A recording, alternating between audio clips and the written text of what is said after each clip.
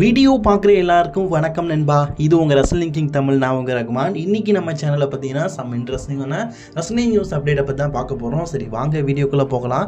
அதுக்கு முன்னாடி சேனலுக்கு ஃபஸ்ட் டைம் வந்துருக்கோங்க, சப்ஸ்கிரைப் பண்ணி பெல் ஐக்கானை கிளிக் பண்ணி வச்சுக்கோங்க. தினமும் போடுற ரெஸ்லிங் செய்திகளை தமிழை தெரிஞ்சுக்கோங்க. நட்புக்காக லைக் பண்ணிக்கோங்க நண்பா. நீங்கள் லைக் பண்ணும்போது உங்களை மாதிரியான ரெஸ்லிங் ஃபேன்ஸுக்கு இந்த வீடியோ ரெக்கமெண்டாக ஒரு பெரிய ஹெல்ப்பாக இருக்கும்.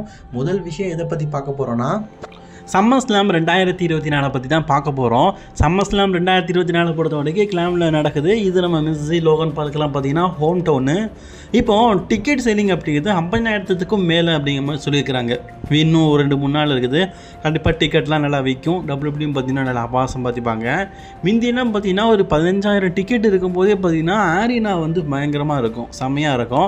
பட் ஆனால் ட்ரிபிள் ஹெச் வந்ததுக்கப்புறமா பெருசாக அந்த ஆரினாவோடைய செட்டப்பு டெக்கரேட் எதுவுமே பார்த்தீங்கன்னா பண்ணுறதில்ல. அதை தான் இப்போவும் பார்த்தீங்கன்னா ஃபாலோ பண்ணியிருக்காரு. சம்மர் ஸ்லாமை பொறுத்த வரைக்கும் எதுவுமே பார்த்தீங்கன்னா இன்னும் டபிள்யூபிள்யூ வந்து செட்டப் பண்ணலை. மண்டே நைட் ரா முடிஞ்சிருச்சு, இன்னும் 2 நாள் ஆயிடுச்சு. ஸோ இன்னொரு 3 நாளில் பார்த்தீங்கன்னா டபிள்யூபிள்யூ வந்து சம்மர் ஸ்லாம் நடத்த போகிறாங்க. எந்த விதமான டெக்கரேட்டும் பண்ணாமல் இருக்கிறாங்க. ரெஸ்ல்மேனியாக்கெல்லாம் ஒரு வாரத்துக்கு முன்னாடியே டெக்கரேட் பண்ணாங்க. அப்படி இருந்தும் இந்த வருஷம் ரெஸ்ல்மேனியா டெக்கரேஷன்லாம் பார்த்தீங்கன்னா சுமாராக தான் இருந்தது. பட் ஆனால் சம்மர் ஸ்லாமுக்கு எந்த விதமான ஸ்டெப்பும் இருக்க விடாமல் இருக்கானுங்க. எனக்கு தெரிஞ்சு மேலே ஒரு லைட்டு மாட்டுவானுங்க, கீழே ஒரு ரிங்கு மாட்டுவானுங்க, அவ்வளோதான் செட்டப்பு போல இருக்குது. முந்தியெல்லாம் பார்த்தீங்கன்னா பயங்கரமாக இருக்குங்க. 15,000 ஆடியன்ஸ் இருக்கும்போது ஒருவேளை அது வின்ஸ் மெக்மேன் இருந்ததுனால பயங்கரமாக கொண்டு போனார். இப்போ இவர் இருக்கிறதுனால ரொம்ப சிம்பிளாக பண்ணுறானுங்களோ என்னத்தை சொல்ல. எனக்கு இந்த சம்மர் ஸ்லாம்னால இந்த ஸ்டேஜ் டெக்கரேஷன் தான் ரொம்ப பிடிக்கும் முந்தியெல்லாம். படம் இப்போ சம்மர் ஸ்லாமில் ஸ்டேஜே இல்லாமல் ஆக்கிட்டானுங்களே. அந்த என்ட்ரன்ஸ் ஸ்டேஜ் அதுவே இல்லாமல் ஆக்கிட்டானுங்க. அதை தான் ஏற்றுக்கவே முடியல. இந்த வாரம் நடந்த விஷயத்தில் நான் சொல்லியிருப்பேன். பட் ஆனால் ஆஃப் ஏரில் ஒரு விஷயம் நடந்தது. காலையில் ஏன்பா சொல்லலைன்னு கேட்டிங்கன்னா மறந்துட்டேன் காய்ஸ். ஸோ அதனால் இப்போ வந்து அதை சொல்கிறேன். அதாவது என்னென்னு கேட்டிங்கன்னா, டேமியன் பிரியஸும் குந்தரும் மாறி ஒருத்தருக்கு அடிச்சுக்குவாங்க. அத்தோட தொடரும் அப்படின்னு சொல்லிட்டு டைட்டில் கார்டை போட்டு முடிச்சுட்டானுங்க.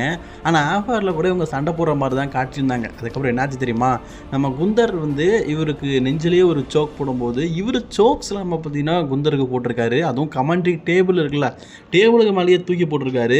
ஸோ அதில் குந்தர் பார்த்தீங்கன்னா செயலிழந்து கிடக்கும்போது அவருக்கு மேலே காலை வச்சு டைட்டில் தூக்கி காட்டியிருக்காரு நம்ம டேமியன் பிரிஸ். குந்தருக்கே ஒரு பயங்கரமான ஜோக்ஸ்லாம் போட்டிருக்காரு. தொடர்ந்து பார்த்தீங்கன்னா டாமினேட்டராக பார்த்தீங்கன்னா டேமியன் பீஸை எல்லா வாரங்கள்லையும் காட்டுறது. ஒரு வேளை சம்மர் ஸ்லாம் ரிசல்ட் டேமியன் பீஸ் பக்கம் பேருமோ அப்படிங்கிற மாதிரி எனக்கு தோண வைக்குது. ஸோ இந்த செக்மெண்ட் வந்து ஆஃப் ஏரில் நடத்தியிருக்கிறாங்க. நீங்கள் பார்க்கணுன்னு நினச்சிங்கன்னா டபிள்யூபிள்யூடைய அஃபிஷியல் ட்விட்டர் பேஜில் வந்து அதை சொல்லியிருக்கிறாங்க, அல்லது யூடியூப்பில் கூட போட்டிருக்கிறாங்க. ஆனால் அது வந்து நம்ம கண்ட்ரிக்கு வந்து காட்டாது. ஒருவேளை இப்போ அன்லாக் பண்ணியிருப்பாங்க போல இருக்குது. பார்க்கணுன்னு நினைக்கிறவங்க பார்த்துக்கோங்கப்பா. ஸோ அதுக்கப்புறமா இந்த நியூஸ் பார்த்தீங்கன்னா ரொம்ப ரொம்ப ரொம்ப ரொம்ப ரொம்ப சூடு கிளப்புற அளவுக்கு பார்த்தீங்கன்னா இந்த நியூஸ் போயிட்டு இருக்குது. அதாவது என்னென்னு கேட்டிங்கன்னா, ரோமன் ரெயின்ஸ் வந்து சம்மர் ஸ்லாமுக்கு வருவார், ரிட்டன் ஆவார் அப்படிங்கிற மாதிரி நம்ம எதிர்பார்த்துட்டு இருக்கோம். பட் ஆனால் ரோமன் ரெயின்ஸ் ஒரு ரிட்டன் பார்த்தீங்கன்னா சம்மர் ஸ்லாமில் கிடையாது. ரோமன் ரெயின்ஸ் வந்து சம்மர் ஸ்லாமுக்கு முன்னாடி நடக்கிற ஸ்மாக்டவுனில் வந்துடுவார். அதுவும் ஸ்மாக்டவுனும் பார்த்தீங்கன்னா கிட்டத்தட்ட ஒரு நாள் தான் டிஃப்ரென்ஸு. டபிள்யூபிள்யூ பார்த்தீங்கன்னா சம்மர் ஸ்லாமில் ரிட்டர்ன் ஆக வேண்டிய ரோமன் ரெயின்ஸை ஸ்மாக்டவுன் ஆக்க வைப்பாங்க. ஃபர்ஸ்ட் ஆஃப் ஆல் ஒன்று புரிஞ்சுக்கோங்க, ரோமன் ரெயின்ஸ் ரிட்டர்ன் ஆகி ஸ்மாக்டவுனில் என்ன பண்ணுவார், சம்மர் ஸ்லாமில் ரிட்டர்ன் ஆனால் அதுக்கு ஒரு கதை இருக்குது. சோலசியை வந்து சாம்பியன்ஷிப்புக்காக மோதுறாரு. ஸோ அதனால் ரோமன் ரெயின்ஸ் பார்த்தீங்கன்னா இந்த மேட்சோட எண்டிங்கில் கண்டிப்பாக எண்டிங்லேயோ அல்லது கோடி ரோட்ஸே ஹெவியாக பிளட் லைன் வந்து அட்டாக் பண்ண போதோ காப்பாற்றும் விதமாகவோ, அல்லது நம்ம ட்ரைபல் சீஃப் ரோமன் ரெயின்ஸ் பார்த்தீங்கன்னா பார்லியமெண்ட் ஜேமி ஊசோ இவங்க கூட சேர்ந்து பிளட் லைனில் இருக்க எல்லாரையும் தாக்கிறதுக்காக கூட வரலாம். எனக்கு தெரிஞ்சு ரோமன் ரெயின்ஸ் சம்மர் ஸ்லாமில் அவர் ரிட்டர்ன் ஆகும்போது டீமோட தான் வருவார்னு நினைக்கிறேங்க. ஏன் அப்படி சொல்கிறேன்னு கேட்டிங்கன்னா, அவங்க 4 பேர் இருக்கானுங்க. அண்ணன் ஒருத்தர் வரும்போது எல்லோரும் நொத்தி அடிச்சிருவானுங்கல்ல, அதனால் கூட ஒரு துணை யாரையாவது கூட்டிகிட்டு வருவார்னு நினைக்கிறேன். யாருன்னு தெரில. பட் ஆனால் அது ஸ்மாக்டவுனில் இருக்குன்னு சொல்லியிருக்கிறாங்கல்ல, அது இருக்க வாய்ப்பு இல்லை. ஏன்னா ஜிம்மி ஊசோ வேணால் எதிர்பார்க்கலாம். அதுவும் இந்த வாரம் ஸ்மாக்டவுன் டவுட்டு தான். இப்போதைக்கு எனக்கு கிடைச்சிருக்க நியூஸ் படி ஸ்மாக்டவுனுக்கு பார்த்தீங்கன்னா ரோமன் ரெயின்ஸ் ரிட்டர்ன் ஆகிறான்னு சொல்கிறாரு. பட் ஆனால் என்னுடைய பாயிண்ட் ஆஃப் வியூவில் சொல்கிறேன், ஸ்மாக்டவுனுக்கு ரோமன் ரெயின்ஸ் ரிட்டர்ன் ஆக மாட்டார். சம்மர் ஸ்லாம் மெயின் ஈவெண்ட்டில் நீங்கள் எதிர்பார்க்கலாம். பின்ன மெயின் ஈவெண்ட்டில் ஒருவேளை ரோமன் ரெயின்ஸ் வந்து ரிட்டர்ன் ஆகலான்னு வைங்களேன், இந்த வாரம் ஸ்மாக்டவுனில் ரிட்டர்ன் ஆகிட்டார் வைங்களேன், நீங்கள் யாருமே சம்மர் ஸ்லாம் மெயின் ஈவெண்ட் பார்க்கவே மாட்டீங்க. சோலோசிகா வெர்சஸ் கோடி ரோட்ஸ். எப்போ அந்த சுவாவையை உருட்டுங்கப்பா, எப்படியும் கோடி தான் வின் பண்ண போகிறோம், அது எங்களுக்கு தெரியும்ல அப்படிங்கிற மாதிரி நீங்களே ரிசல்ட்டை சொல்லிடுவீங்க.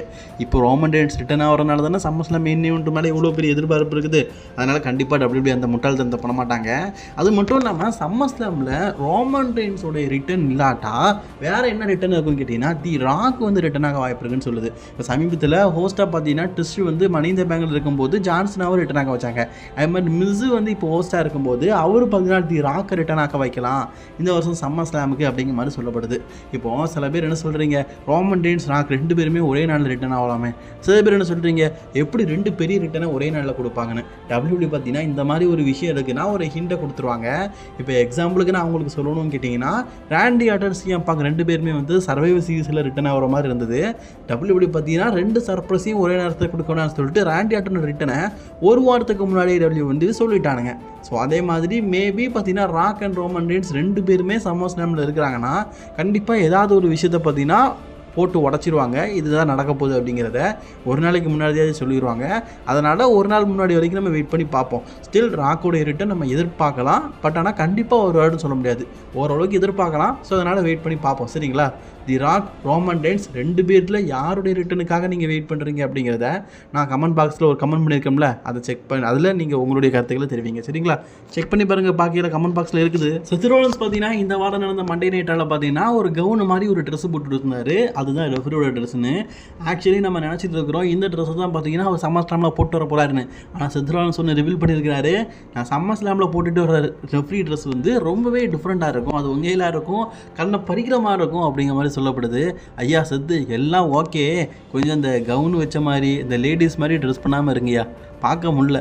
ஏன்னா நாங்கள் உங்களை உச்சத்தில் வச்சுருக்கோம், தலைக்கு மேலே உச்சத்தில் வச்சுருக்கோம். இந்த மாதிரி பண்ணும்போது காமெடி பண்ண போனது நல்லா இல்லை. மற்றபடி நீங்கள் ஹீலெல்லாம் எப்படி இருந்தீங்க, இப்படி ஆகிட்டீங்க, அதை நினைக்கும் போது கொஞ்சம் வருத்தமாக இருக்குது. ஒரு மீம் வந்தது, அந்த மீமை பார்த்தோன்னா எனக்கு செம்ம சிரிப்பு வந்துருச்சு. அதை நீங்களே பாருங்களேன். WWE பார்த்தீங்கன்னா சமீபத்தில் நடத்தின ஷோஸ்லாம் பார்த்தீங்கன்னா ஷான் ஃப்ளர் வந்து பேக் ஸ்டேஜில் அட்டண்டன்ஸ் ஆகிருக்கிறாங்க. அது மட்டும் இல்லாமல் WWE செய்கிற ஒரு சில விஷயங்களில் பார்த்தீங்கன்னா ட்ரைனிங் எடுக்கிற மாதிரி விஷயம் மற்றும் WWE வந்து எட்டி பார்க்குறது, இந்த மாதிரி விஷயம்லாம் பார்த்தீங்கன்னா ஷான் ஃப்ளர் வந்து அடிக்கடி பண்ணிகிட்டு இருக்கிறாங்க. ஷான் ஃப்ளரோட ரிட்டர்ன் பார்த்தீங்கன்னா கூடிய விரைவில் இருக்க போகுது. சம்மர் ஸ்லாமில் இருக்குமான்னு கேட்டிங்கன்னா மேபி இருக்க சான்ஸ் இருக்குது. ஏன்னா நம்ம அம்மையார் எப்போ ரிட்டர்ன் ஆனாலும் சாம்பியன்ஷிப்புக்காக தான் மோதுவாங்க. பெய்லி வெர்சஸ் நயா ஜாக்ஸுக்குள்ளே ஒரு உமன்ஸ் சாம்பியன்ஷிப் மேட்ச் இருக்குல்ல, மேபி அதோடைய எண்டிங்கில் பார்த்தீங்கன்னா அவங்க ரிட்டர்ன் ஆகிறதுக்கு வாய்ப்பு இருக்குது. ஸோ அதனால் 100% வாய்ப்பு இருக்குதுன்னு சொல்லலை, கூடிய சீக்கிரம் ரிட்டர்ன் ஆவாங்க. அவங்களுக்கு இன்ஜுரிலாம் ஹீரோட்டில், அதனால் நம்ம எதிர்பார்க்கலாம் அப்படின்னு நான் வேணால் சொல்லுவேன். ஏன்ப்பா அவங்க ஸ்மாக்டவுன் பிராண்டுக்கு ரிட்டர்ன் ஆகணும்னு கேட்டிங்கன்னா, ஹஸ்பண்ட் அண்ட் ஒய்ஃப் எல்லாத்தையுமே WWE வந்து ஒரே ஒரு பிராண்டில் தான் வச்சுருக்காங்க. ஏன்னா ஒரே மாதிரி வந்துட்டு வீட்டுக்கு போயிடுவாங்கல்ல. இப்போ மாண்டஸு, பிரியங்கா பலரு, வேறு யார், கேரிங் கிராஸு, அவருடைய பொண்டாட்டி.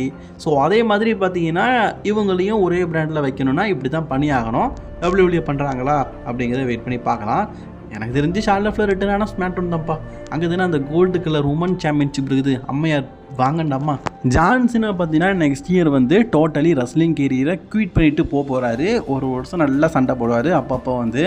அப்போது நான் ஜான்சனா கூட ஒர்க் பண்ண ஆசைப்பட்றேன் அப்படிங்கிற மாதிரி ஃபேமஸான ஒரு ரெஸ்லர் பார்த்தீங்கன்னா சொல்லியிருக்காரு. வேறு யார், நம்ம சிஎம் பாங்க் தான்.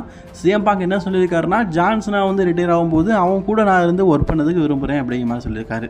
அதை நம்ம 2 விதமாக புரிஞ்சிக்கலாம். ஒன்று, ஜான்சனா கூட எனக்கு ஒரு 1 மேட்ச் வேணும், அல்லது ஜான்சனா கூட நான் இருக்கணும், அல்லது ஜான்சனா கூட நான் வந்து டேக் டீம் பார்ட்னராக சேர்ந்து சண்டை போடணும் அப்படின்னு சொல்லிட்டு ஏதாவது ஒன்று நம்ம எடுத்துக்கலாம். அவர் என்ன சொல்லியிருக்காரு, ஜான்சனா கூட ஒர்க் பண்ணணும்னு. அது எந்த விதத்தில் அப்படிங்கிறத சொல்லலை. ஓகே ஃப்ரெண்ட்ஸ், இன்றைக்கான ரெஸ்லிங் செய்திகள் அவ்வளோதான். பிடிச்சிருந்தா லைக், ஷேர், கமெண்ட் பண்ணிக்கோங்க. தொடர்ந்து வீடியோ பார்க்க சேனலை சப்ஸ்கிரைப் பண்ணிக்கோங்க.